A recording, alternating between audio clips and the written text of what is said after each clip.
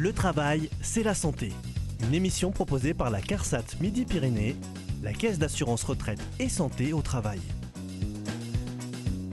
Le travail, c'est la santé. Le travail, c'est la santé. Présenté par Laurent Garnier. Eh bien, bienvenue à la retraite et surtout bienvenue à tous pour cette nouvelle émission. Le travail, c'est la santé, réalisée en partenariat avec la Caisse de retraite santé au travail de Midi-Pyrénées. La retraite, on en parle pas. Comment cela se passe en vérité? Comment aborder ce temps fort inéluctable de la vie? Faut-il s'y préparer? Dans quelques instants, avec nos spécialistes de la CARSAT présents à mes côtés, nous allons tenter d'apporter des réponses. Mais tout d'abord, j'accueille Jules et Annick de la Place. Bonjour. Bonjour. Bonjour. Retraités tous les deux, ils sont avec nous ce matin dans ce studio de Radio Présence pour nous apporter un témoignage qu'on verra tout à l'heure. Merci d'être présents. Mes deux complices et spécialistes ce matin, spécialistes terrain de la CARSAT qui œuvrent sur le programme de Bienvenue à la retraite. Donc Michel, à mes côtés, Michel Echen, bonjour. Bonjour. Et Serge Amilastre, bonjour Serge. Bonjour. Voilà, ils nous donneront des bons tuyaux pour bien vivre ce passage à la retraite. Voilà, donc pour démarrer cette émission, nous sommes allés à la rencontre de Rosemarie Dang, sous-directrice de l'action sociale à la CARSAT, en charge de ces programmes d'aide à Bienvenue à la retraite. Nous l'écoutons. Rosemarie Dang, bonjour. Bonjour. Merci de nous recevoir ici à la CARSAT. Parlez-nous un petit peu de cette action sociale des caisses de retraite. Alors, les caisses de retraite sont nombreuses en France. C'était l'héritage un petit peu de la construction du système de protection sociale sur des bases professionnelles. Il y a d'abord les régimes de base, puis ensuite les régimes complémentaires. Si l'on est salarié du privé, c'est-à-dire aussi bien de la petite épicerie du coin que d'une grande entreprise comme Airbus, par exemple, c'est le régime général. Son régime de retraite est au local, c'est la CARSAT. Si l'on est salarié du secteur public, c'est-à-dire fonctionnaire, on n'aura pas le même régime de retraite suivant que l'on est enseignant dans un lycée public ou bien salarié à l'hôpital, par exemple. Bon, autre subtilité, on peut encore être salarié relevant du régime des salariés agricoles. On peut penser là à quelqu'un qui travaille, par exemple, dans une exploitation agricole, mais aussi à un chauffeur poids lourd, par exemple, d'une coopérative agricole ou un enseignant qui, lui, est en poste dans un établissement d'enseignement relevant du ministère de l'Agriculture. Et là, au local, c'est la MSA, il y en a deux en Midi-Pyrénées. Les commerçants et artisans, eux, ont un système particulier qui est géré au plan local par le RSI. Mais alors, ça a l'air très, très compliqué. En fait, si j'ai bien compris, vous avez deux secteurs particuliers, le privé et le public. Vous, c'est plus le privé. Oui, nous, c'est plus le privé. Mais bon, je voudrais surtout rassurer tous nos auditeurs parce que cette complexité est quand même très, très bien organisée et chaque cotisant reçoit une information tous les 5 ans à partir de l'âge de 35 ans. Vous voulez bien faire la différence entre ces prestations légales, les droits à retraite, et l'action sociale. Parce que la retraite, c'est bien une prestation sociale attribuée sur une base légale. Tous les actifs et les employeurs, lorsqu'il s'agit des salariés, cotisent et ces cotisations servent à payer le droit à tous les retraités. Nous sommes là dans un système par répartition. Et chaque année, une petite part de ces cotisations est utilisée non pas pour payer les retraites, mais pour aider les retraités modestes qui traversent des difficultés. C'est là où vous rentrez en action, en fait. Et voilà, c'est là que se trouve l'action sociale. Cette petite partie est utilisée pour financer l'action sociale. C'est un petit peu l'espace de liberté de chaque régime, parfois même de chaque caisse locale. Alors, on peut solliciter des aides. Comment ça se passe exactement? C'est de l'aide? Vous fournissez de l'argent? C'est de l'aide intellectuelle, morale? Comment ça se passe? Alors, vous avez utilisé le bon terme, aide, et non pas droit. Bon, si je parle de ma retraite, je fais valoir mes droits à la retraite. C'est une prestation.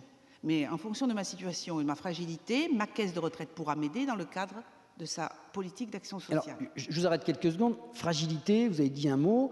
Et comment on se situe au niveau de cette fragilité? Parce que c'est qui est fragile, qui ne l'est pas, c'est un critère un peu particulier quand même. Alors oui, la fragilité, c'est un critère multidimensionnel. L'objectif de chacun de nous, c'est de rester en forme. Et c'est quelque chose qui pose peut-être question lorsque l'on vieillit.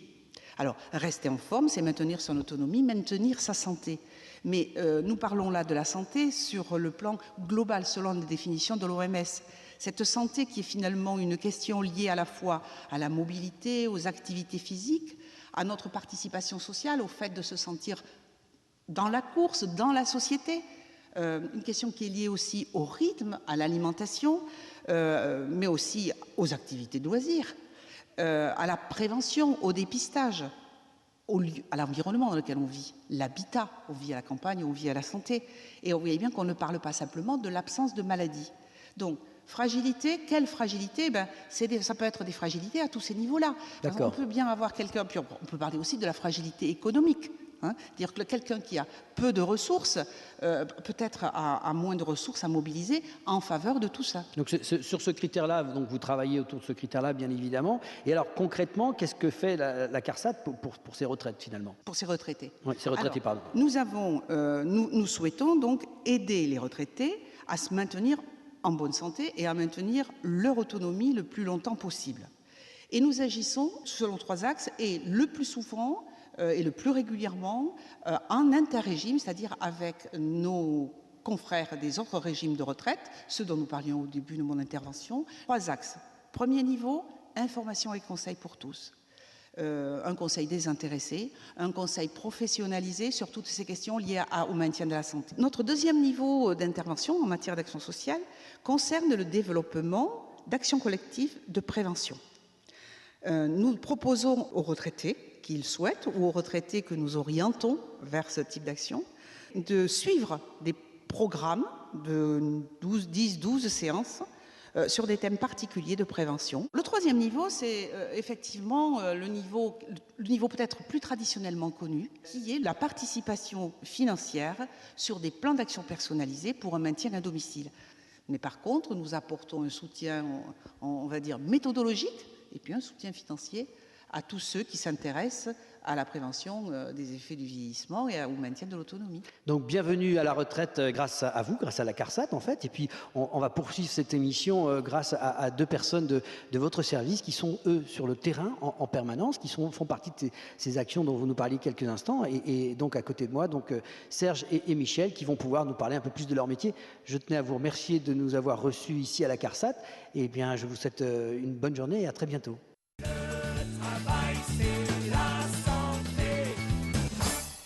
Voilà, retour donc sur le plateau de Radio Présence pour cette émission avec le thème Bienvenue à la retraite. Donc à côté de moi, j'ai mes spécialistes, je dirais Michel et Serge. Michel et Serge, ce sont des personnes qui vont à la rencontre en fait des retraités pour leur prêcher la bonne parole. Je vais me tourner vers Michel peut-être pour démarrer ce sujet sur votre action sur le terrain ou sur Serge, enfin l'un ou l'autre. Juste préciser un petit peu ce qu'il se fait lors de nos réunions. C'est vraiment un échange entre jeunes retraités de l'année. Ces échanges vont avoir plusieurs thèmes. Et le premier des thèmes, peut-être celui qui va permettre aux personnes de parler d'elles-mêmes, c'est tout simplement le ressenti par rapport à la cessation d'activité professionnelle. Alors, Michel, avant ça, parce qu'on est déjà rentré dans ce que vous faites. Moi, j'ai besoin de savoir comment on y arrive. Donc, c'est peut-être une histoire d'organisation. Je ne sais pas si l'un et l'autre peut nous expliquer tout ça. Oui, ça fait partie de notre métier. C'est l'organisation aussi de ces réunions. On les anime, mais aussi on les organise. Donc, le but, c'est de proposer à tous les jeunes retraités de la région de participer à ces réunions au plus près de chez eux. Vous les convoquez alors ? Alors, eux, j'invite. C'est pas une convocation, c'est une invitation. Donc, c'est une invitation directe sur un lieu près de leur domicile, 30 km maximum, qui correspond aux zones rurales. Et on les invite à venir nous rencontrer et de parler de ce passage et de ce vécu sur les premiers mois de la retraite. Alors, quelques chiffres, ça représente à peu près 60 communes concernées, en partenariat avec les mairies qui nous prêtent gracieusement les salles. Et sur certains sites, nous faisons 2 à 3 réunions. Donc, dans l'ensemble, toute la région est couverte. Voilà, donc on reçoit une invitation. Qu'est-ce qui fait qu'un retraité va avoir envie de venir ? Parce que je reçois un courrier. Est-ce que ça fait un peu convocation ? Est-ce que ça ne fait pas un peu difficile de se dire, bon, qu'est-ce qui fait que j'ai envie d'aller vous voir en fait ? Alors, c'est peut-être la difficulté, parce que c'est vrai que doit être administrative, mais même si tout est bien écrit dedans, ça ne donne pas envie forcément de venir. Et on voit bien que quand ils arrivent, les gens sont un peu sur le recul. Et une fois qu'on leur explique vraiment ce qu'on va faire et que la réunion avance, les gens se détendent, ils arrivent à parler, à échanger. Donc la difficulté, c'est entre ce qu'ils reçoivent et ce qui se passe sur le lieu de la réunion, c'est complètement différent. Donc, on le verra d'ailleurs avec nos témoignages. Finalement, les gens, quand ils sont sur place, ils trouvent ça très très bien. Donc vous organisez ça de manière symbolique, quoi. Alors, symbolique, non, c'est qu'on est persuadé que ça correspond vraiment à quelque chose d'utile, sinon on ne le ferait pas. Je pense que le passage à la retraite, il existe depuis que la retraite existe, sauf que maintenant, on a une espérance de vie qui est de plus en plus importante et qu'arrêter de travailler serait le départ vers une vie nouvelle. Alors, on est maintenant rentré dans le contenu. Michel, vous disiez donc des thèmes abordés, 6-7 thèmes qui vont permettre aux gens de se dire j'y vais, je vais voir. Tout à fait, ce sont des thèmes effectivement qui sont abordés, qui correspondent tout à fait à ce que vit le retraité. Et ils vont pouvoir échanger, ça c'est important, je le disais tout à l'heure. Et donc on va partir sur le ressenti par rapport à la cessation d'activité professionnelle. Pourquoi ? Parce qu'il y a une déstructuration du temps. Il va falloir que le retraité, en fait, arrive à organiser ses réunions tout en prenant beaucoup de plaisir. Ce qui se passe très facilement lorsqu'on travaille n'existe plus. Il va falloir prendre en charge, justement, les activités, le rythme, retrouver son rythme, peut-être. Voilà. Alors, justement, je vais vous couper parce que je crois que c'est intéressant de revenir sur ce ressenti et on a un témoignage qui est assez intéressant. Au-delà du témoignage de nos invités autour de la table, je suis allé à la rencontre de Nicole Planté qui, à la limite, dresse tout à fait cette histoire de ressenti dont on vient de parler. Donc on va écouter de là tout de suite Nicole Planté qui témoigne sur ce passage à la retraite. Nicole Planté. Ça fait à peu près 1 an que je suis partie à la retraite et ça s'est très mal passé au début. J'ai eu des difficultés à m'adapter à cette nouvelle vie parce qu'en fait, j'avais refusé de me préparer à partir à la retraite. La retraite, je l'avais jamais envisagée. Je m'étais occupée toute ma vie de retraite et la retraite, c'était pas pour moi. Donc, le jour où enfin il a fallu que je me décide parce qu'il faut savoir faire une fin, j'étais dans les 36e dessous et je suis partie vraiment sans comprendre que je partais à la retraite. Et ça a été très difficile à gérer. J'ai été au bord de la déprime, mais bon, heureusement aujourd'hui ça va beaucoup mieux. Qu'est-ce qui vous a aidé peut-être à vous relancer dans cette deuxième phase en fait de cette entrée dans la retraite ? Ce qui m'a aidé, c'est que d'abord, il a fallu que j'apprenne à gérer mon temps, puisque au préalable, c'était jamais moi qui gérais mon temps, c'était le travail. Et du jour au lendemain, comme quand même je suis quelqu'un d'assez optimiste, j'ai dit, il faut que tu prennes des activités. Donc je me suis lancée dans la peinture. Et là, j'ai trouvé franchement un réconfort. Dans la peinture, je me suis mise à faire de la gym alors que j'avais horreur de ça, mais il fallait faire quelque chose. Je me suis mise à sortir, aller à des conférences, à essayer de faire autre chose. J'ai jardiné, mais bon, c'était pas suffisant. Ce qui me manquait, c'était en fait le lien social. Et comment vous est venue cette mise à l'étrier donc pour vous relancer? On parle de lien social, mais est-ce que vous avez eu des aides ou des gens sont venus vous tendre la main? Quel a été le déclic en fait, le point de départ de tout ça? Le déclic, j'ai une amie qui faisait de la peinture et qui m'a dit, il faut absolument que tu viennes avec moi, tu verras, ça te plaira. C'est vrai que toute ma vie, j'aurais souhaité peindre. Et ça a été une opportunité. Donc, elle m'a entraînée un petit peu et ça a été un petit peu le déclic. Effectivement, à partir de ce moment-là, j'ai rencontré d'autres personnes. Plus après, je revenais ici voir mes collègues. Et donc, bon an, mal an, j'ai réussi à me remettre en selle. Vous avez suivi des réunions. Comment ça se passe ? J'ai été contactée par la CARSAT pour assister à une réunion qui s'appelle Bienvenue à la retraite. Et là, j'ai rencontré d'autres retraités. On a échangé, on avait des points de vue différents sur la façon de vivre notre retraite. Mais j'ai trouvé que c'était vraiment très, très intéressant, cette réunion. Ça m'a beaucoup apporté. On nous a donné le nom d'associations auxquelles on pouvait, disons, adhérer.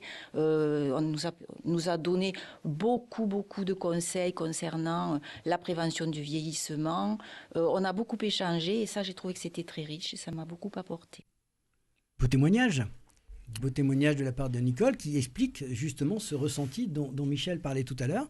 C'est-à-dire on passe du monde actif et puis du jour au lendemain, voilà, c'est fini. Donc c'est tout ce travail que vous faites, Michel, en fait. Tout à fait, c'est tout à fait ça. Nicole parle également du temps libre. C'est vrai que l'échange est là également. Il y a donc le bénévolat, il y a dans ce temps libre, il y a également un thème que Nicole n'aborde pas là, c'est donc le thème de le rôle de grands-parents. Le rôle familial est très important. Il y a également les parents. Ce temps libre va être partagé entre toutes les personnes qui gravitent justement autour du retraité, qui savent qu'aujourd'hui le retraité a du temps. Il y a également le couple, très important également de parler du couple quand on est à la retraite. Pas facile en fait. Pas facile forcément, on a beaucoup de témoignages complètement différents les uns des autres. Je vois Jules qui est en train de sourire, Jules qui est avec son épouse, il nous en parlera un petit peu tout à l'heure justement. Et on aborde également la solitude, puisqu'il y a des personnes qui arrivent à la retraite, qui sont seules. Quelquefois, c'est une solitude choisie, quelquefois pas. On vient de se séparer de son conjoint, on vient de perdre son conjoint. Et la retraite qu'on envisageait à deux, on va l'envisager seule. C'est important également de connaître justement la vie des personnes, de faire partager tout ça avec toutes les personnes qui sont là. Alors justement, Michel et Serge, concrètement dans ces réunions, comment ça se passe un petit peu avec ces personnes-là? Vous avez des questions? On a un témoignage ici, puisqu'on a 2 personnes qui ont assisté à vos réunions. Est-ce qu'on peut en parler un petit peu? Comment ça se vit? Comment vous présentez les choses? Et puis, Jules et Annick pourront intervenir aussi. On va parler de leur témoignage dans quelques instants. Alors, c'est vrai que l'organisation de l'après-midi, il y a d'abord une présentation. Les gens, ils ont reçu une invitation, mais après, on leur explique exactement ce qu'on va faire. Donc, on leur propose les thèmes que l'on va aborder, les thèmes que vient de décrire Michel. Et l'animateur, en l'occurrence, va, au fur et à mesure de l'après-midi, passer tous les thèmes. Et donc, comme disait Nicole, ça va être basé sur l'échange, sur l'information qu'on est susceptible de leur apporter ou qu'ils peuvent s'apporter entre eux. Et aussi, tout ça, ça doit déboucher sur une réflexion. Il y a des temps d'échange, j'imagine que c'est convivial, que c'est pas comme à l'école avec le maître tableau, quoi. Et puis on laisse faire, je veux dire que nous on se base sur leur témoignage à eux, parce qu'il n'y a pas de modèle de retraite, donc le but des réunions c'était de se baser sur leur échange à eux, sur leur expérience complètement différente les uns par rapport aux autres. Il faut que ce soit un enrichissement pour eux, il faut que ça fasse de la bonne humeur. Alors, justement, la bonne humeur, ils sont là, ils sourient, Jules de la Place et Annie de la Place. Alors, lequel des deux veut parler un peu de cette expérience, ce passage, peut-être le plus ancien, on va dire, dans le grade le plus élevé, comme on disait à l'armée, mais il y a 2 ans, je crois, hein, Jules. Oui, ça fait 2 ans que je suis à la retraite. Mais quand j'ai reçu cette petite convocation, je me suis posé la question, est-ce que tu ne vas pas t'ennuyer dans cette réunion? Eh bien non. Non, je ne me suis pas ennuyé. Franchement, l'animateur était convivial et puis il nous a mis à l'aise tout de suite. Donc un bon message à envoyer aux auditeurs, leur dire voilà, allez-y, n'ayez pas peur, c'est sympa. Oui. Et... Moi, je considère que des réunions comme celle que j'ai passée, il n'y en a pas beaucoup, mais il faudrait peut-être faire quelque chose pour que les nouveaux retraités qui arrivent ne soient pas isolés. Alors, pour vous-même, avec une carrière de 30 ans dans une grande boîte et tout, ça a été quand même difficile, le passage. Ça a été très, le très ressenti dur. Dont parlait Michel. Très, très dur. Le sentiment de perdre les collègues, de perdre toute cette famille qui était autour de moi. Le travail, c'est quelque chose que j'ai perdu. Et il fallait que ça arrive. Et bon, je m'en suis accommodé quand même. On disait que le travail, c'est la santé, mais la retraite, ça l'est aussi quand même. Donc là-dessus, Annick, vous avez dû le supporter. Donc on parlait du couple tout à l'heure. Vous aussi, vous êtes à la retraite depuis très peu de temps. Très peu de temps. Et moi, contrairement à Nicole, justement, je l'attendais, cette retraite. Je l'attendais parce que j'avais pas de ressources. Retraite bien méritée, donc. Bien méritée, parce que moi, j'avais pas de ressources. Je me suis occupée de notre fils qu'on a eu assez tard. J'avais que 34 ans quand j'ai eu mon fils. Donc, j'avais envie de gagner un peu d'argent. Et ce plus d'argent que j'ai eu, je suis contente de l'avoir apporté, ma pierre à l'édifice, à la maison, quoi. Et évidemment, ça a changé avec le mari. Je disais, maintenant, tu es à la retraite, fini de se lever à 5 h du matin, tu vas te coucher à l'heure. Il faut que tout le monde trouve sa place. Trouve sa place. Et donc ça, effectivement, dans ces réunions, je pense que vous échangez. Vous avez donc vu d'autres personnes. Voilà. Comment ça s'est passé, vous, cette réunion-là, cet échange avec les autres? Mais disons que y a beaucoup de différences.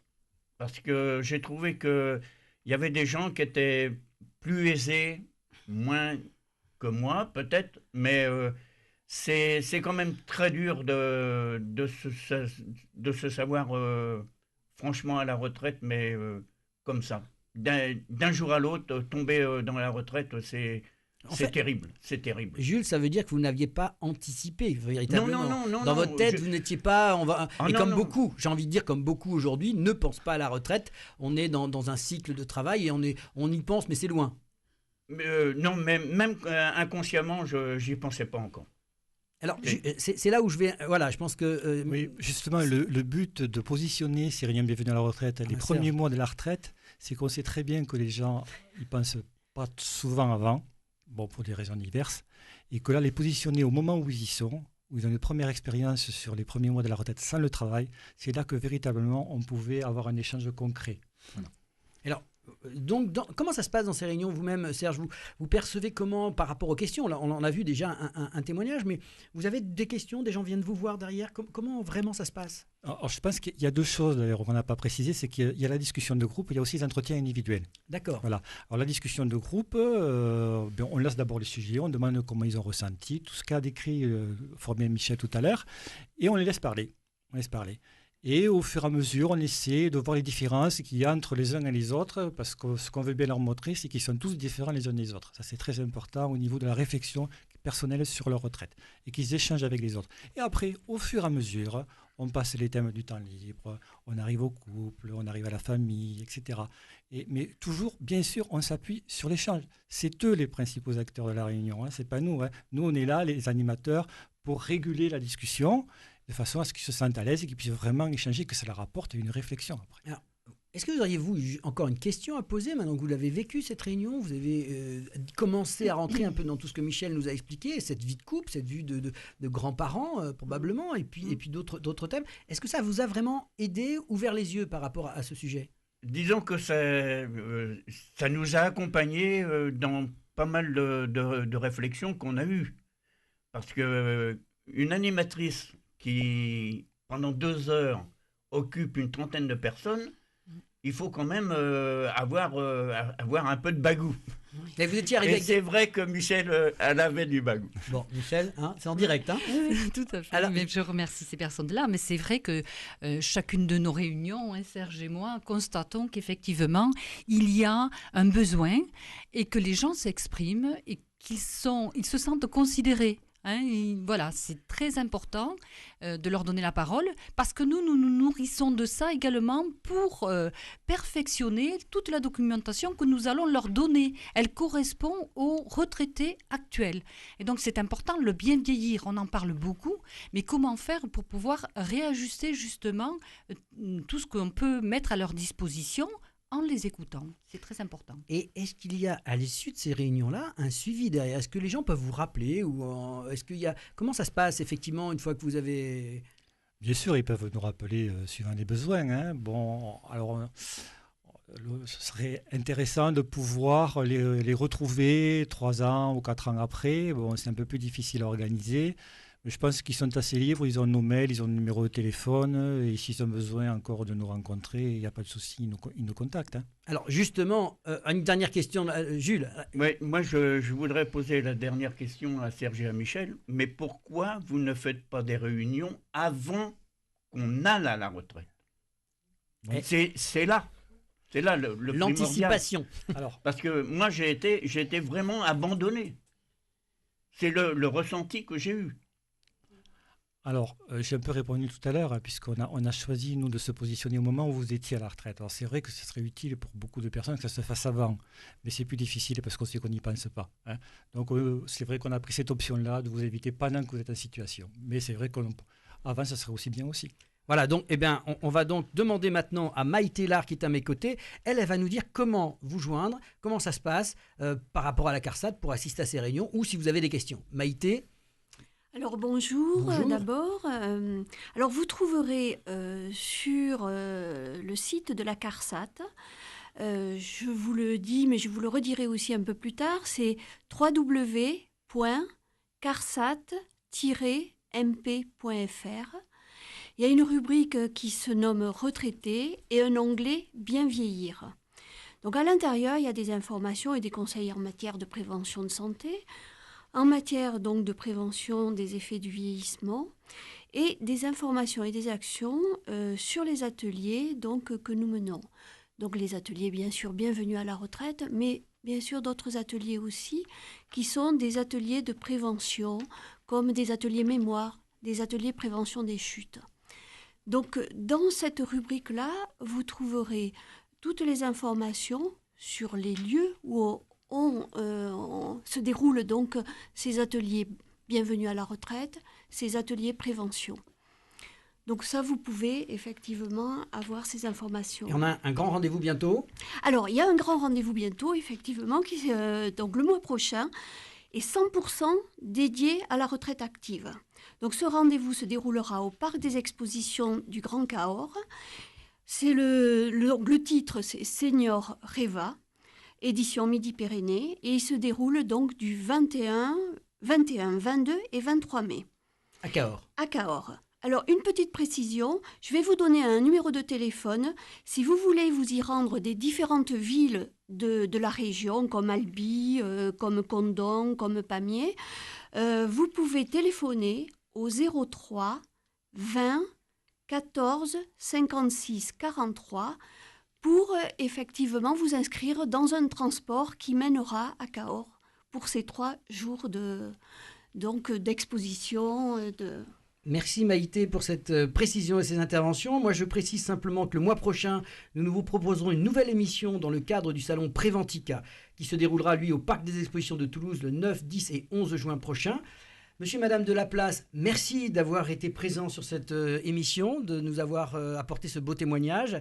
Merci à mes 2 compères de la CARSAT qui ont aussi apporté, j'espère, des réponses aux questions que se posent un certain nombre de retraités. Et puis, c'était une émission que j'ai eu le plaisir de commenter avec à la technique Christophe Aubry, que je remercie. Et je vous dis à bientôt.